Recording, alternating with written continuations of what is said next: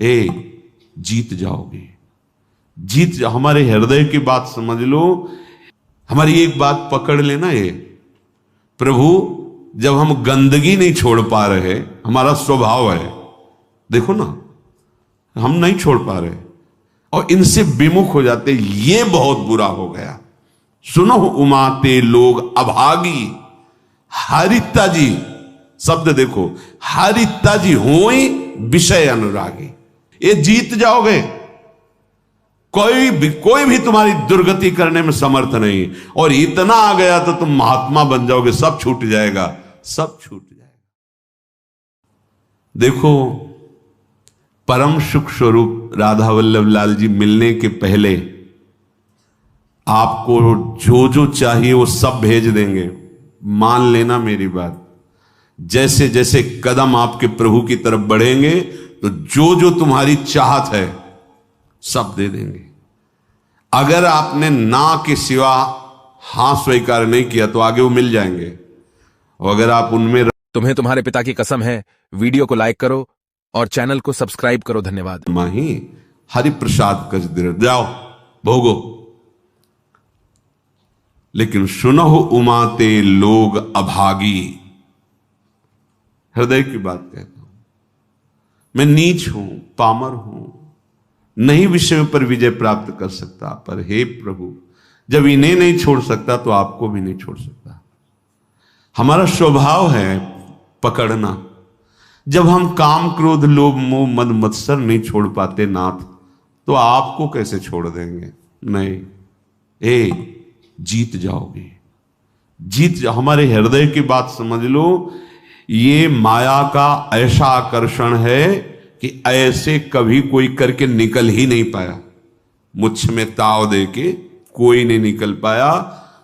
शिव विरंचिका मोहई को है बपुरा आन, बपुरा माने बेचारा, बेचारा और कौन ऐसा है?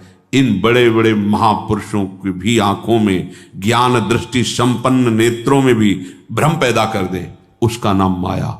गरुण महाज्ञानी गुण राशि, देवर्षि भगवान के अवतार। बस समझो, हमारी एक बात पकड़ लेना। ये प्रभु, जब हम गंदगी नहीं छोड़ पा रहे, हमारा स्वभाव है, देखो ना, हम नहीं छोड़ पा रहे, तो नाथ बड़ी गुरु कृपा से आपका नाम आप पकड़ में आए हो। तो हम ये नहीं कह रहे कि हम गंदगी छोड़ के आपको पकड़ लेंगे। हम गंदगी नहीं छोड़ पा रहे तो आपको भी नहीं छोड़ पाएंगे। जीत जाओगे, हमारी बात मान लेना, प्रार्थना मान लेना, इस बात की अकाट्य समझ लेना। जन अवगुण प्रभु मान न काऊ, दीन बंधु अति मृदुल। हमसे गलती क्या हो जाती है? हमारी मन भावती भोग वृत्ति को जहां भोग मिले तो हम इनको छोड़ देते हैं और उसको पकड़ लेते हैं और इनसे विमुख हो जाते हैं। ये बहुत बुरा हो गया। सुनो उमाते लोग अभागी, हरिता जी शब्द देखो, हरिता जी होई विषय अनुरागी। ये शरीरधारी कितने दिन जीवित रहेंगे? इनको अपना पति माने, प्रीतम माने, अपना जीवन सर्वस्व माने, कितने दिन रहेंगे? छूटेगा ना। तो इनके अंदर जो बैठा हुआ मेरा प्रीतम है, उससे प्यार कर लो। सब में वही विराजमान है, भावना कर लो। जब हम किसी धातु पर, किसी पाषाण आदि के विग्रह पर, किसी छवि पर भाव करके भगवान प्राप्त कर लेते हैं, तो चलते फिरते इन मूर्तियों पर भगवान को क्यों नहीं हम प्राप्त कर सकते? पर हमारा भगवत भाव हट जाता है और विषय सेवन से व्यक्तित्व भाव आ जाता है। ये स्त्री, ये पुरुष, ये जड़, ये चैतन्य, यही घाटा हो जाता है। हमारी बात मान लेना। ये बहुत सहज और सरल बात है। इतना इतना छोड़ करके आप प्रभु को स्वीकार करें, बड़ी कठिन बात है। और ये हम कोई मनमानी नहीं कह रहे हैं। महापुरुषों द्वारा बिगड़ी जन्म अनेक की, अब ही सुधरे आज अभी सुधर जाएगी। तो आज अभी क्या छोड़ देंगे भाई? हम बहुत जन्मों का हमारा संस्कार है, भोगों का, विषयों का, गंदी आदतों का, तो हम छूट जाएगी, अभी छूट जाएगी। नहीं, अभी पकड़ लोगे, पकड़ तो लोगे ना। बोले हाँ, क्या हो ही राम को, हे प्रियाजू मैं आपका, ये तो पक्का है आपके लायक ना भी हूं, न कभी था न कभी हो पाऊंगा। अपनी तरफ से पक्की बात है, चाहे जितनी कोई डींग हाके, अपने लोग पूरा जीवन इसी मार्ग पे उनकी कृपा से चले, उस अनुभव से कह रहे हैं, चाहे जितनी डींग हाको, अभी बुद्धि परमात्मानंद में है, थोड़ी देर में विषयानंद में पहुंच जाती, इसका पता ही नहीं लगता। इस दुष्ट का भरोसा ही नहीं है। भरोसा तो प्रियाजू के चरणों का है कि वो अपने चरण चिन्ह अंकुश से हमारे मन को फंसाए हुए अगर वो छोड़ दे तो अभी ये खेल कर दे संसार का। बहुत विचित्र है, बहुत विचित्र। निज अनुभव ये कहो खगेसा। आचार्य चरण कहते हैं, हितजू महाराज, ना जानो छिन अंत कवन बुद्धि घटई प्रकाशित। कोई भरोसा नहीं, ये बुद्धि कब कहां कैसे। भरोसा तो भरोसो दृढ़ इन चरणन के। हमारे हृदय की बात हमारे गुरुजनों से जो प्राप्त हुई है, हम छोड़ नहीं पा रहे, असमर्थ हैं, पर हम पकड़ने में बड़े चतुर हैं। तो प्रभु गुरु कृपा से आपका नाम, आपकी बात, आपका आश्रय पकड़ में आया है। आपको देख तो नहीं पा रहे, आपका आश्रय पकड़। तो जब ये नहीं छोड़ सकते तो हम आपको भी नहीं छोड़ सकते। ये जीत जाओगे, कोई भी तुम्हारी दुर्गति करने में समर्थ नहीं। और इतना आ गया तो तुम महात्मा बन जाओगे, सब छूट जाएगा, सब छूट जाएगा। क्योंकि जैसे जैसे ज्ञान का प्रकाश होगा, अज्ञान नष्ट होता चला जाएगा। अगर हम इससे कोई कहे कि सब छोड़ करके फिर प्रभु की शरण में आओ, तो असमर्थ, सब असमर्थ हैं, सब। घोर वैश्याचारी भी, वैश्यागमन करने वाले भी जब भगवान की शरण में आए तो महात्मा बन गए। करो सद्य ते साधु समाना। हमें तो एक ही बात समझ में आई है कि इनकी कृपा से इनको जाना जाता है, इनको पाया जाता है, इनकी साधना होती, इनका भजन होता है। सच्ची बात कह रहे हैं, अपनी तरफ से हम शून्य हैं। अपने को देखा है, अपनी तरफ से हम शून्य हैं, कोई भी अंक नहीं है। कोई अंक है तो आपकी कृपा का है, अन्यथा नहीं है। ये निष्ठाएं इन्हीं की कृपा से जागृत होती है। जब दिखाई देता है अब कोई सहारा नहीं, तो ये बेईमान मन फिर भागता है प्रियाजू के चरणों की तरफ कि अब कोई रास्ता ले, अब तो पकड़ ले, अब तो पकड़ ले। जब कोई तेरा ले तो पकड़ ले, ये कृपा होती है। और इसका स्वभाव पकड़ लेता है तो छोड़ना बड़ा कठिन होता है। बस यही हमारी विजय का हेतु होगा। अगर हम सत्संग के द्वारा भगवत नाम, भगवत धाम, भगवत चरण सेवा की निष्ठा पकड़ ले, काम हो जाएगा। बिल्कुल सरल मार्ग है। हम नहीं छोड़ पा रहे हैं तो हम पकड़ने वाले स्वभाव वाले, तो हम पकड़ लेते हैं। आपको कैसे छोड़ेंगे जब गंदी बातें नहीं छोड़ पा रहे, तो आपको कैसे छोड़ेंगे। पर इसकी चाल माया की है, वो आपको आकर्षित करके प्रभु को छुड़वा देगी, और छुड़वा देती है। बस यहां नहीं कोई हमें बीच में कमजोरी रखनी। हम नीच हैं, पामर हैं, पर आपके हैं, इस पर कभी संशय नहीं हो सकता। हम ये नहीं कहते कि आपके लायक हैं, पर प्रभु नालायक हैं पर आपके हैं, बस इसमें संशय। ये बात नहीं हो सकती कि आप हमें छोड़ो और ये ले लो। नहीं, हम इसे नहीं छोड़ पा रहे पर आपको घसीटेंगे अपने साथ। अब आपके गले पड़ गए, अब आपके गले पड़ गए। अब ये पट्टा आपके नाम का है। अब आप देख लो किसको रोकना है, किसको हटाना है, वो आप जानो नाथ। अब आपको नहीं छोड़ सकता। क्षुत्रिड वाधास त्वसैहास तदपि नहीं पदम यामी वृंदाटवीति। अब हम एक कदम भी धाम को नहीं छोड़ सकते, चाहे जैसी परिस्थिति। ऐसे ही हम निरंतर नहीं जप पा रहे, पर कोशिश करेंगे कि नाम हमसे न छूटे।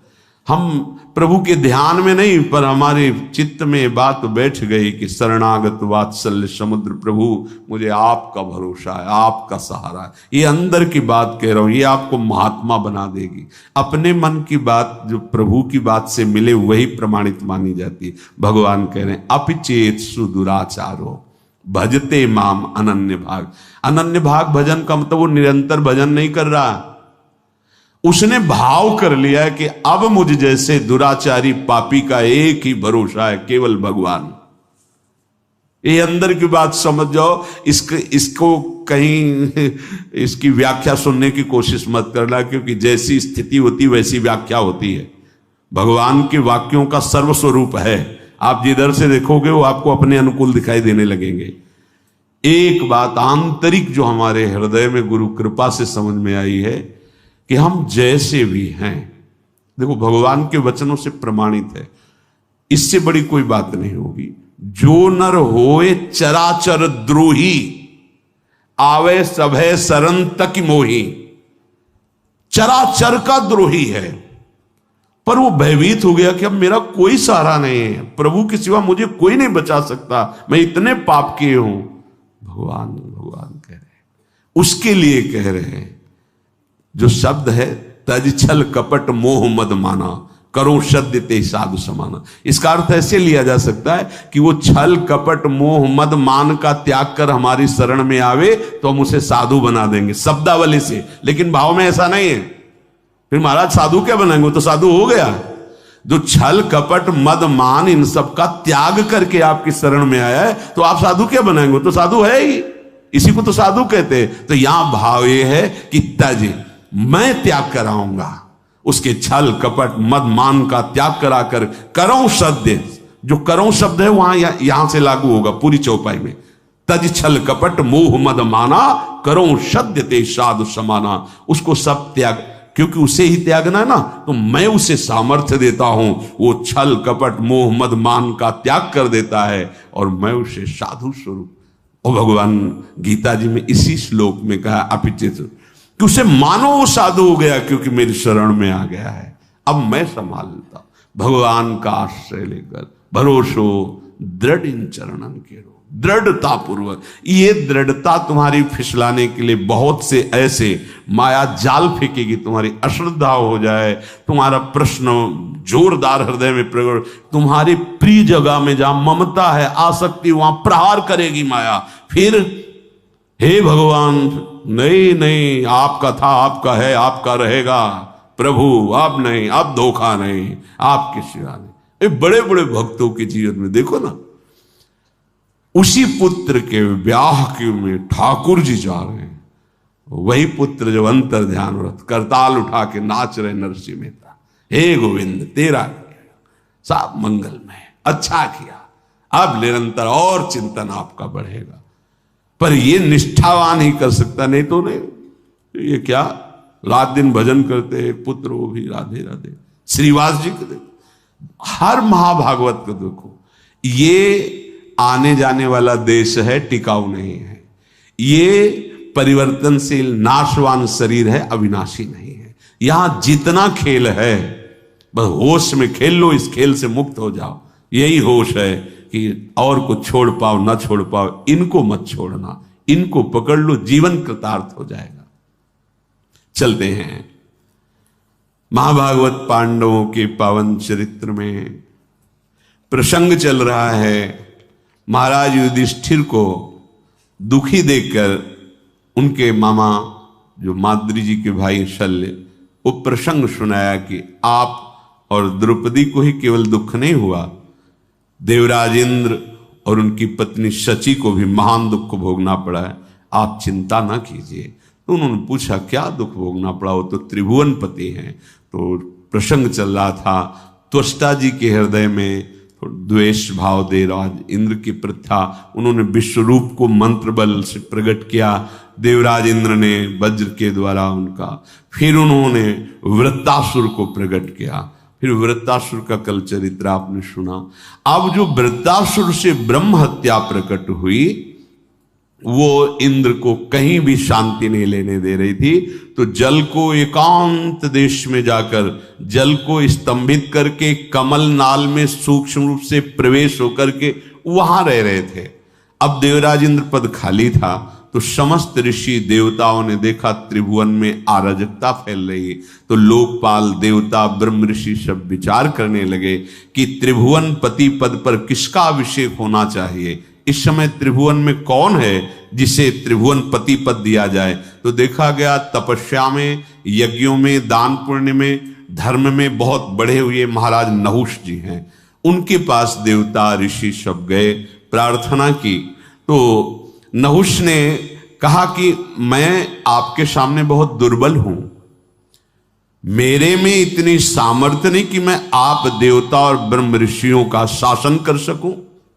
राजा वही होता है जो सबसे बलवान होता है, मैं तो निर्बल हूं आपके सामने। तो ये सुनकर के संपूर्ण देवता ऋषि मुनि स्वर्ग के राज्य का पालन करने के लिए उनसे कहा, अच्छा तो तुम इस बात से अपने को कमजोर मान रहे हो, तो हम ये वरदान देते हैं।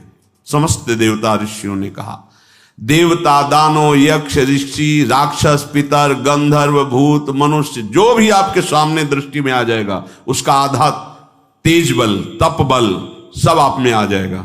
अब आपको कोई परेशानी, आप स्वर्ग में ब्रह्म ऋषियों के द्वारा आदर पाकर के त्रिभुवनपति आसन पर बैठे। धर्म को आगे रख करके राजा नहुष को अभिषिक्त किया गया, अभिषेक किया गया वेद मंत्रों द्वारा, और परम दुर्लभ देवराज इंद्र के पद पर उनको बिठाया गया। अब को नरस जन्मा जग माही प्रभुता पाहि जाहि मद नाही।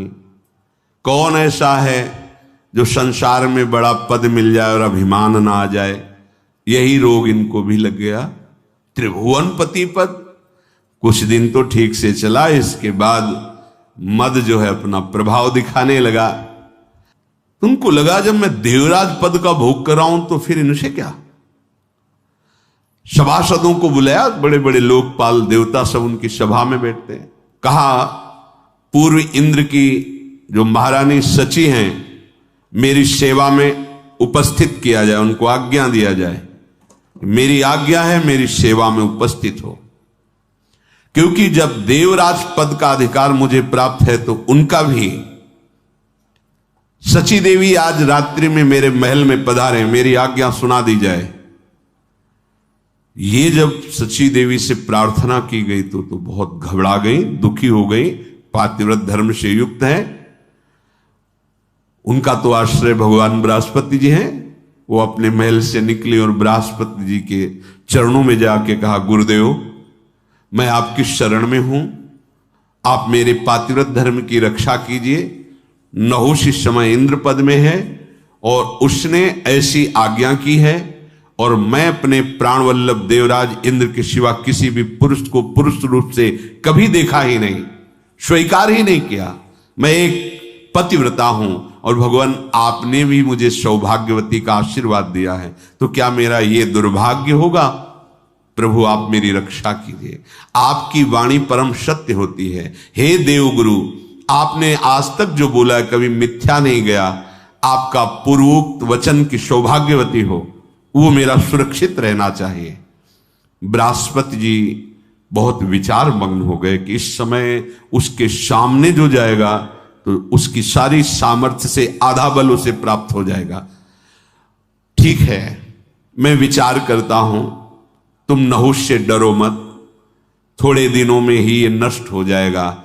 जिसकी परिस्त्री गमन की वृत्ति है वो नष्ट हो जाएगा, उसे नष्ट करना नहीं पड़ता, वो अपने कर्म से ही नष्ट हो जाता है। सची देवी कि अब समय तो बहुत थोड़ा है, कभी फिर वो आदेश कर सकता है। वो रात्रि देवी की उपासना की। रात्रि देवी उपश्रुति नाम से प्रकट हुई। सची जी ने कहा, जा इंद्र पुनः छुप गए, मुझे ले चलो, मैं स्वयं उनसे बात करूंगी। उपश्रुति देवी, ये सब खाली नहीं कि दिन रात्रि, ये सब साक्षात हैं,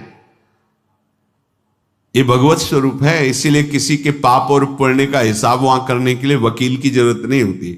जिस समय तो समय उपस्थित है, रात है या दिन वो उपस्थित है, जिस दिशा में वो उपस्थित है।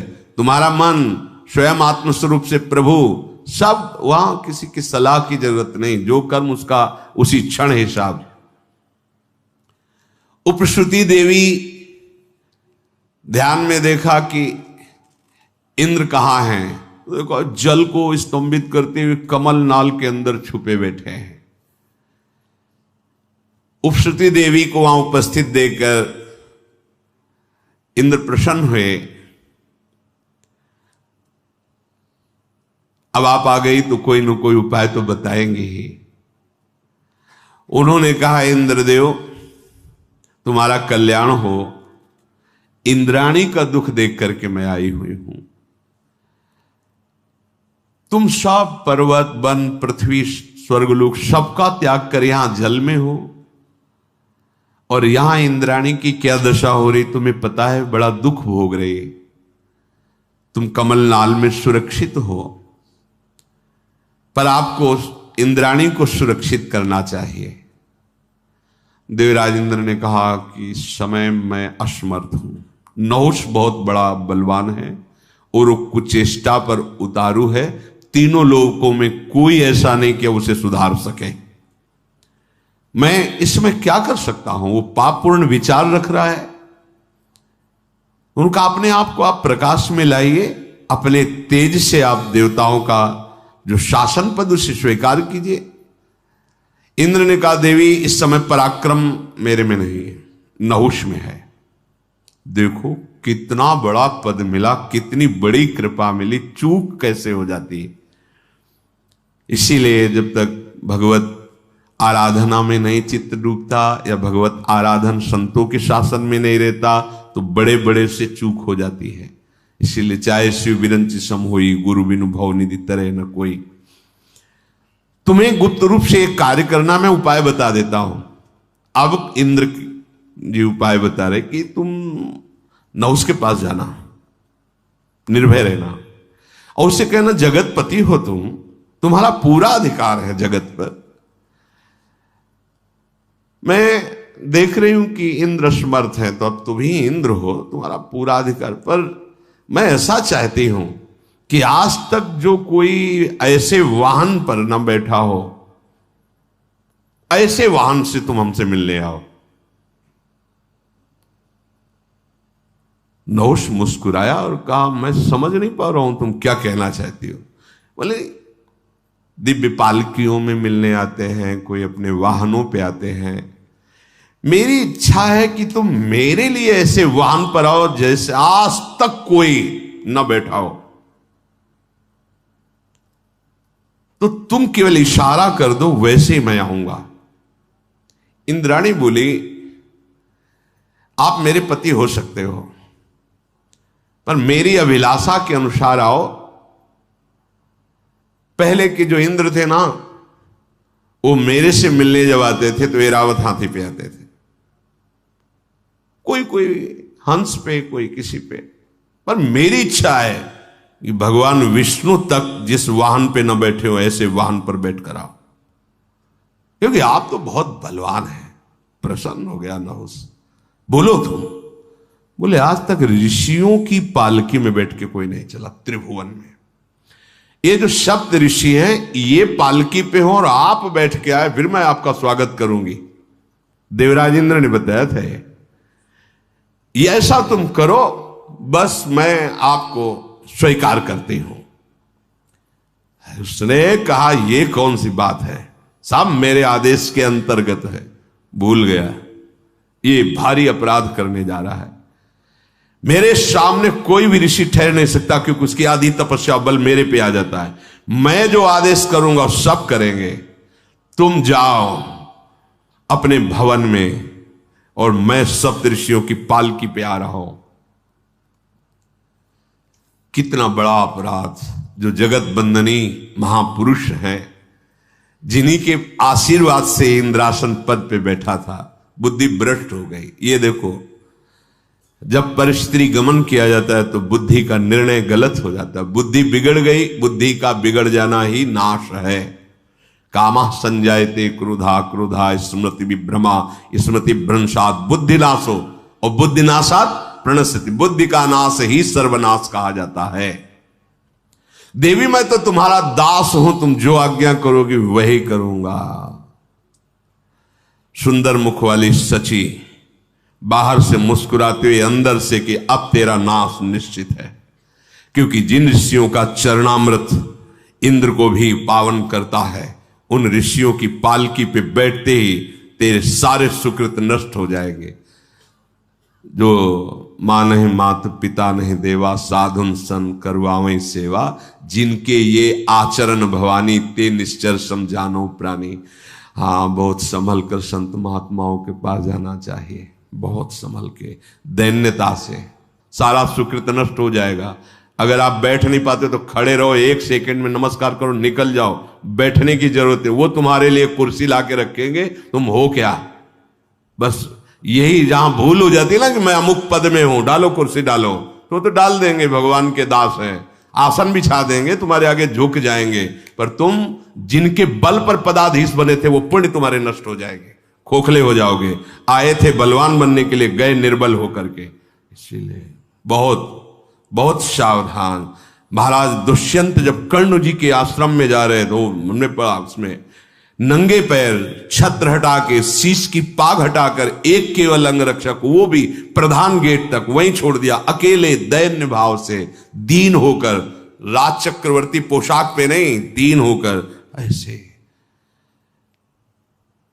महापुरुषों द्वारा दिए हुए आसन को प्रणाम करके हट के बिना आसन के बैठना चाहिए। अगर उनके दिए आसन पर बैठ गए, क्षमता तुम्हारी नहीं है, तो सारे सुकृत नष्ट हो जाएंगे।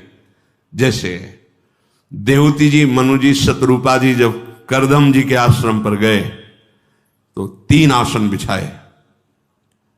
सम्राट पद पर भगवत स्वरूप हैं महाराज, आसन को प्रणाम किया, बैठे।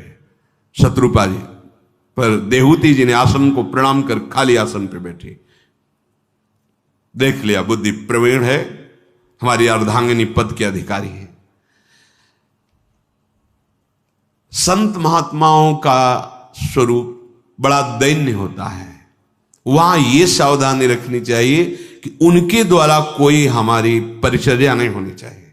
हम गए हैं उनका कृपा प्रसाद लेने, अब वो खड़े, आपको कुर्सी चाहिए, हाँ जी, अब वो विरक्त संत कुर्सी उठा के ला रहा है, आपको बैठा रहा है। आप ठीक है, आपका कमर ठीक नहीं, टांग ठीक नहीं, एक बार एक दर्शन की बस हम बैठ रहे हैं, हम सुन लेंगे यूट्यूब में, आपके सामने नहीं बैठ जा रहे हैं। या हम कष्ट से कि सीढ़ी में नीचे बैठ जाते हैं, सुन लेते हैं। नहीं, अगर बैठने लायक हो बैठ जाओ, नहीं खड़े दर्शन करो, चले जाओ, जरूरत नहीं है। उनके द्वारा दी हुई सेवा तुम्हारे सुकृत नष्ट कर देगी। पर वो जब बुद्धि प्रवीण नहीं होती तो फंस जाती है। हम देखते हैं गुरुजनों के सामने आसन पे नहीं, आसन उनसे श्रेष्ठ हो, तप में भजन में, तो भी प्रणाम करके आसन को माथे से प्रणाम फिर बैठा जाता है। ऋषि मुनि संत महात्मा, इनके पास उनके दिए हुए आसनों को हटा दिया जाता है, समेट के रख दिया जाता है। उनका तो स्वभाव सम्मान, हम इसके योग्य नहीं। दैन्यता, कमा के चले जाओगे, लेके चले जाओ, नहीं तो गंवा के चले जाओगे। यही देवराज इंद्र ने विचार करके कहा, जाओ सप्तऋषियों की पालकी में वो आए, ऐसे उसको प्रेरणा करो। अब इसने आज्ञा की, जिसमें बड़े बड़े महापुरुष हैं, पूरी सृष्टि का संचालन उनके तप से होता है। बृहस्पति जी के घर पे इंद्राणी, और दुष्टात्मा नहुष तो एकदम बावरा हो गया, समझ ही नहीं पाया कि मेरे नाश की बात हो रही है। बहुत होश में रहना चाहिए। फोन कर दिया, गाड़ी भिजवा रहे हैं, उनके लिए VIP व्यवस्था, खान, ये तुम्हारा पतन करवा देगा। एक जगह तो अहंकार नष्ट होना चाहिए तुम्हारा। संत गुरुदेव के सामने तो तुम्हारा अहंकार नष्ट, कोई पदवी तुम्हारी नहीं। अगर पद में देखो तो अखिल कोटि ब्रह्मांडों के स्वामी का दासत्व पद है, वो परम पद पे आरूढ़ महापुरुष। तुम्हारा पद क्या है? 4 दिन की चांदनी फिर अंधेरी रात, कर लो मनमानी। वो अगर दैन्यता से झुक रहे हैं, तुम्हारे मंगल के लिए झुक रहे नहीं, वो परम पद में विराजमान है। अखिल लोक चूड़ामणि अनंत ऐश्वर्यों के स्वामी भगवान के वो ऐसे दास हैं कि अजित भगवान उनके अधीन हैं। वो ये न समझो कि भिखारी है, साधु महात्मा है, कुछ दे ले लिया और अपनी पोजीशन, पहले आके अपनी पोजीशन, हम अमुक पद पे हैं, अमुक पद। तुम क्या पद में हो? हम परम पद के दासत्व से युक्त होकर तुम्हें वहीं ले जाने के लिए भगवान ने हमारे पास भेजा है, उसी परम पद का परिचय। तो दैन्य, अगर दैन्य नहीं तो कुछ नहीं। हम तो चरणामृत उतार के पिएंगे आपका, क्योंकि चरणों में श्री हरि का वास है, उनका धोवन हम पिएंगे। लेकिन आपका क्या होगा? आपकी स्थिति कहां है? सब खो के जाओगे और सोचोगे साधु दर्शन के बाद अशांति कैसी, ये कैसे विघ्न उपस्थित हो रहे हैं, क्योंकि खो दिए सब। लेने जाने वाले को बहुत सावधान, अपनी झोली मजबूत रखो और दृष्टि, कोई सेवा, कोई दोष ना होने पावे और कोई सेवा उनकी स्वीकार न करो। वो तो करेंगे सेवा, आप स्वीकार, बहुत बहुत चरणामृत प्रसाद और उनकी चरण रज माथे पे। नहुष से चूक हो गई, सप्त ऋषियों को पालकी में जोतने का आदेश कर दिया। बस जीवन में ध्यान रहे, आगे का चरित्र तो फिर सुनेंगे। जीवन में ध्यान रहे, कभी ऐसी हमारी बुद्धि भ्रष्ट ना हो जाए कि जो जिनके द्वारा हमारा परम मंगल होना, उनके द्वारा हमारा अहंकार पुष्ट होने लगे। इस पर सावधान हो जाना। अगर गुरुजन तुम्हारी